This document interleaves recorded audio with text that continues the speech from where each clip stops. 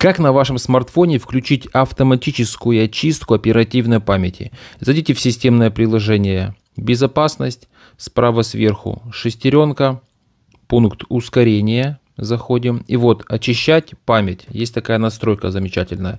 Она стоит никогда. Вы уже поставьте, каждые 30 минут будут закрываться системные приложения, которые работают в фоне. Если вы хотите какие-то приложения закрепить, чтобы не выгружались рабочие системы, допустим, это может быть Spotify, YouTube и так далее, какие-то другие стриминговые сервисы, то закрепите эти приложения вот сюда. У меня таких 11 приложений. Это могут быть различные приложения. И все, у вас всегда другие приложения будут закрываться в фоне и экономится батарея. Ребят, также зайдите в свой Telegram и справа сверху в строке поиска напишите вот эти два слова.